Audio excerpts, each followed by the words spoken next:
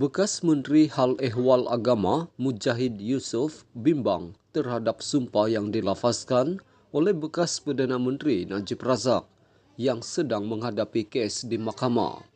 Tindakan Datuk Seri Najib Razak membuat sumpah laknat di Masjid Kampung Baru semalam amat dikesali.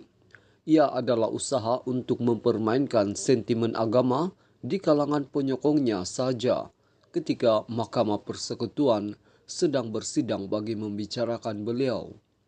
Tindakan ini dibuat selepas pelbagai usaha untuk menangguhkan perbicaraan beliau ditangguhkan namun gagal. Lebih dikesali lagi apabila beliau mengumpulkan penyokong beliau bersama untuk menyaksikan sumpah beliau itu, termasuk seorang penceramah agama, kata Naib Presiden amanah itu pada satu kenyataan hari ini. Mujahid yang juga ahli Parlimen Parit Buntar berkata, sumpah Najib itu dilakukannya ketika Mahkamah Tinggi telah menjatuhkan hukuman bersalah terhadap bekas Perdana Menteri itu. 3 panel Hakim Mahkamah Rayuan telah menjatuhkan hukuman beliau bersalah dan kini 5 Hakim Mahkamah Persekutuan pula bersidang untuk menentukan nasib beliau, jelasnya. Saya bimbang dengan pendekatan yang diambil oleh Datuk Seri Najib dan penyokongnya. Apakah ini wajah Melayu yang kita inginkan atau Melayu yang lebih bermaruah dan memegang nilai-nilai agama dengan sebaik-baiknya, bukan Melayu yang boleh dimainkan emosinya dengan sentimen perkauman dan agama yang sempit.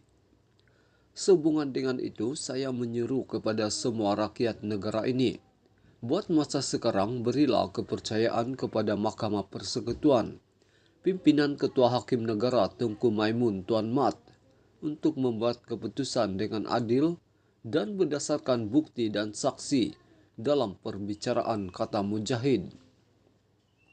Najib Razak malam tadi sekali lagi melafazkan sumpah mubahalah, iaitu saling laknat-melaknati bagi menafikan pembabitannya dalam penyelewengan dana SRC internasional.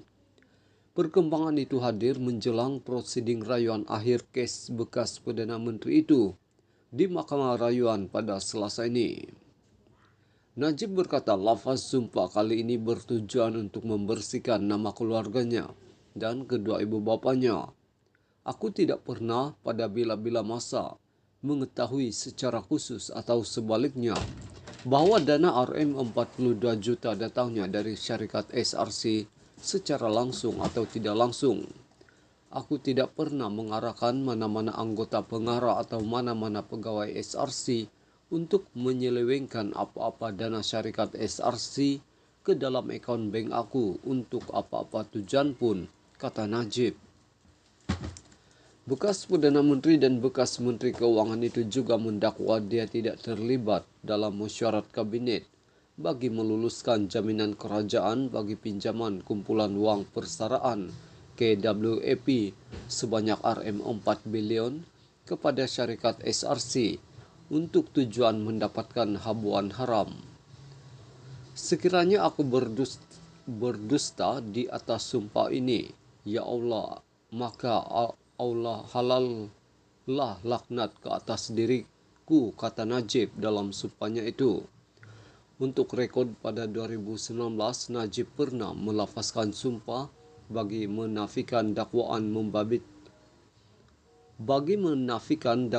pembabitannya dalam kes pembunuhan wanita Mongolia Altantuya Sharibu. Pada 28 Julai 2020 pula Najib melafazkan